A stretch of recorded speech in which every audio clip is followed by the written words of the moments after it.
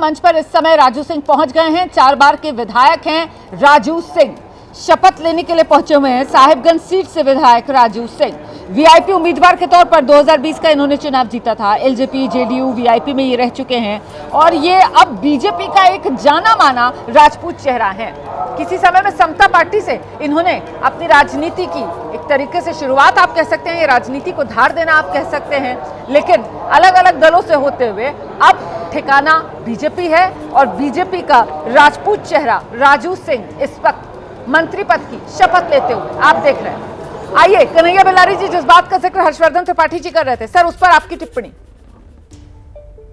नहीं, हर्षवर्धन जी जो कह रहे हैं इसका मतलब है कि ये उन्होंने स्वीकार किया कि हमको जो वोट नहीं देता है हम उसकी कदर माने ध्यान नहीं देते हैं उसके तरफ। हाँ। यानी कि 14%, अच्छा मान लीजिए कि अति पिछड़ा 36% है, आप 2 बनाए हैं और जो 27% है उसमें से 3 बनाया आपने। ये कहाँ का न्याय है? ये कैसे उचित है?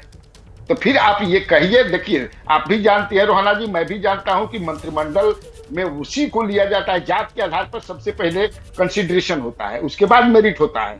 पहले जात, क्योंकि जातीय संतुलन बना रहे, नहीं तो जात बिगड़ जाएंगे। अब नीतीश कुमार का जो है लव कुश का, उसमें से देखिए कितना सुनील कुमार पहले नीतीश कुमार के आदमी थे। 2010 में मंत्री नहीं बनाया नीतीश कुमार, भाग गए, उधर चले गए बीजेपी के साथ। तो ये संतुलन बनाया गया है अब बढ़िया। और उसमें ये जान लीजिए एक बात, आप आने वाले दिन में आपको पता है, नीतीश कुमार को ये वादा किया गया है, ऐसा ही बातचीत। ये आपको याद होगा दिलीप जायसवाल जब बने थे अध्यक्ष, उसी समय उन्होंने प्रेस कॉन्फ्रेंस में कहा था कि 1-2 दिन में मंत्रिमंडल का विस्तार होगा।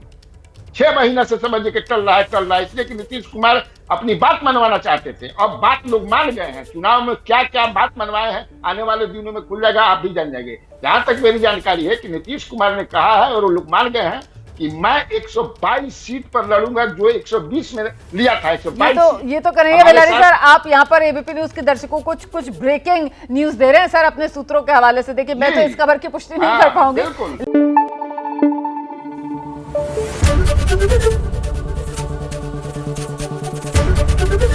एबीपी न्यूज आपको रखे आगे।